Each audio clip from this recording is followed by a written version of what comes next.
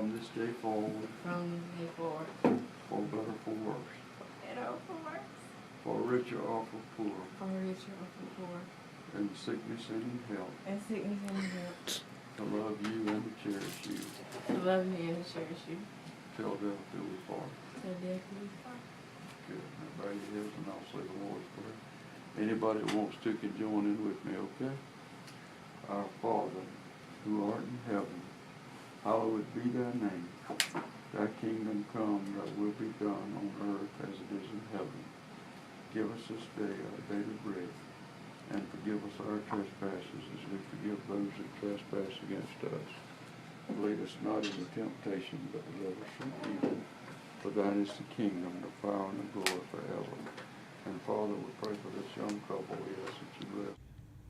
OMG, I get chills every time I watch this video. Good chills though, guys. But this is just living proof that you don't need a huge wedding in order to get married. It's okay to get married at the courthouse. I contemplated it, but guess what? When you don't have the funds, girl, and you don't have the necessary tools to have a huge wedding, you gotta go with your best option.